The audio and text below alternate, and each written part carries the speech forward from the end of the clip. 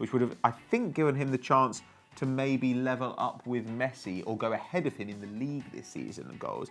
He actually gave it to Benzema. And Zidane said this was a wonderful gesture. And to be honest, Benzema deserved a goal.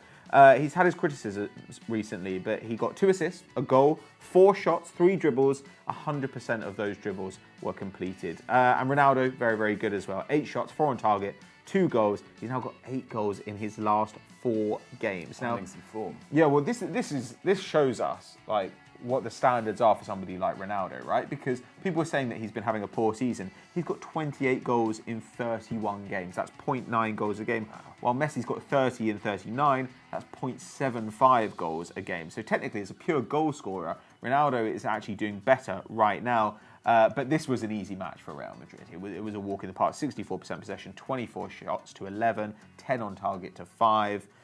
Frankly, we never expected anything else here except a Real Madrid victory. And Ronaldo duly gave them that. Yeah, true. No, it wasn't a shock at all. Real are now unbeaten in their last 7 La Liga games. That's 6 wins and 1 draw. They've scored 30 goals in that time and conceded just 10. And they'd expect to beat Alves too. They're having a very disappointing season by their standards. Last season they finished 9th, but they're currently 16th. And they've only scored 22 goals in 25 league games, which is pretty dire. That's rough. Things have picked up though, because their first 13 games of the season, they started with 2 wins and 11 losses, scoring 7 goals and conceding 22. But in 2018, it's been better for them. They've played 8, won 4, drawn 1, and lost 3. And they've beaten the likes of Villarreal, Sevilla, and Celta Vigo too. So Real are now rising up the table with Ronaldo back in form. Whether he was actually out of form at any point is up for debate. They're now only 7 points behind their city rivals, Atletico Madrid, and they've only scored 6 fewer goals than Barcelona this season. But their issue has been at the back. They've conceded 15 more in the league. But they've got an opportunity to keep this momentum going. They've got games against Espanyol, who are 15th, Getafe, who are 10th, and Eibar, who are 8th, next up in the league. So no true test there, and it will be interesting to see how they do in the next few games. The league looks like it's going to be Barcelona's, but can Real Madrid get second place and end up with a mediocre season from bringing it out of the ashes? What do you guys think? Where will Real Madrid finish? Let us know in the comments below. At Karl-Heinz Robin has our first losers of the week. No prizes for guessing who he supports. He says Bayern Munich should be in there. What actually happened to them, Dukes? Yeah, well, Bayern have been in imperious form recently. They were looking to win their 15th game in a row, but unfortunately this weekend they were held to a goalless draw at home to Hertha Berlin. That win streak stretches back to a 3-1 win over Hanover in December the 2nd. So quite a remarkable form there. They've played 10, won 10 in that period, scored 24 and conceded just 8 in that time. It was actually the first time Der FCB have failed to score at home in a Bundesliga game since May 2015. But despite dropping those 2 points, they still moved 20 points clear because Dortmund don't play till tonight. They're home to Augsburg.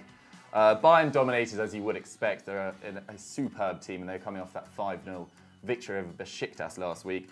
They dominated possession, 76%. They had 19 shots versus 5, 6 on target versus 3, but couldn't find a way past veteran Hertha keeper Rune Jarstein. Hopefully I pronounced that right, let me know if I haven't.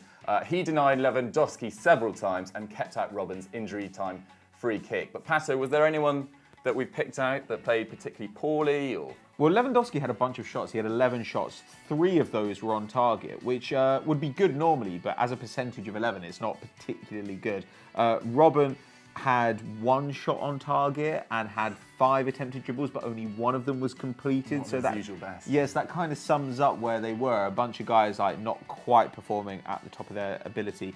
It's no surprise though that Bayern struggled against Hertha, because Hertha actually have a pretty good defensive record.